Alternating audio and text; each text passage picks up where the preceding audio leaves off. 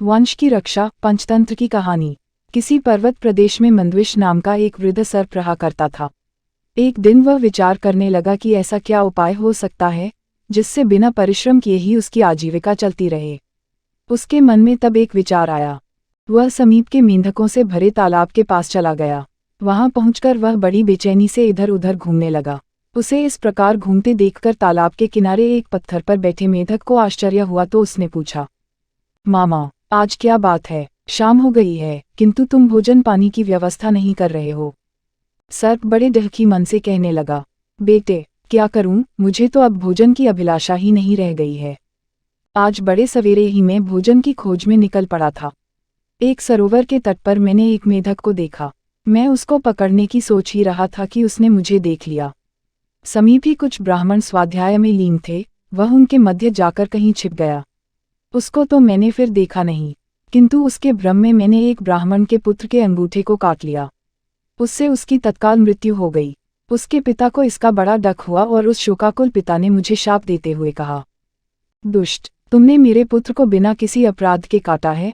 अपने इस अपराध के कारण तुमको मेंढकों का वाहन बनना पड़ेगा। बस तुम लोगों के वाहन बनने के उद्देश्य से ही मैं यहाँ तुम लोगों के पास आया हूँ।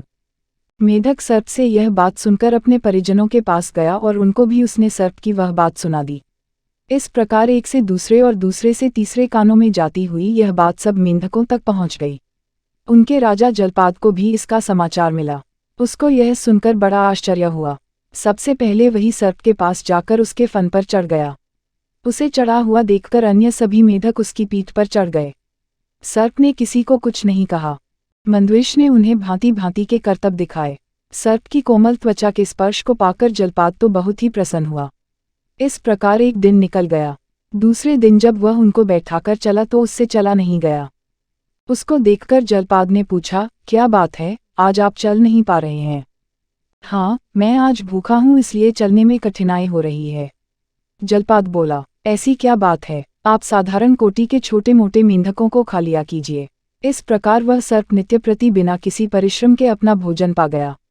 किंतु वह जलपाद यह भी नहीं समझ पाया कि अपने क्षणिक सुख के लिए वह अपने वंश का नाश करने का भागी बन रहा है। सभी मेंढकों को खाने के बाद सर्प ने एक दिन जलपाद को भी खा लिया। इस तरह मेंढकों का समूचा वंश ही नष्ट हो गया। सीख, अपने हितैषियों की रक्षा करने से हमारी भी रक्षा होती है।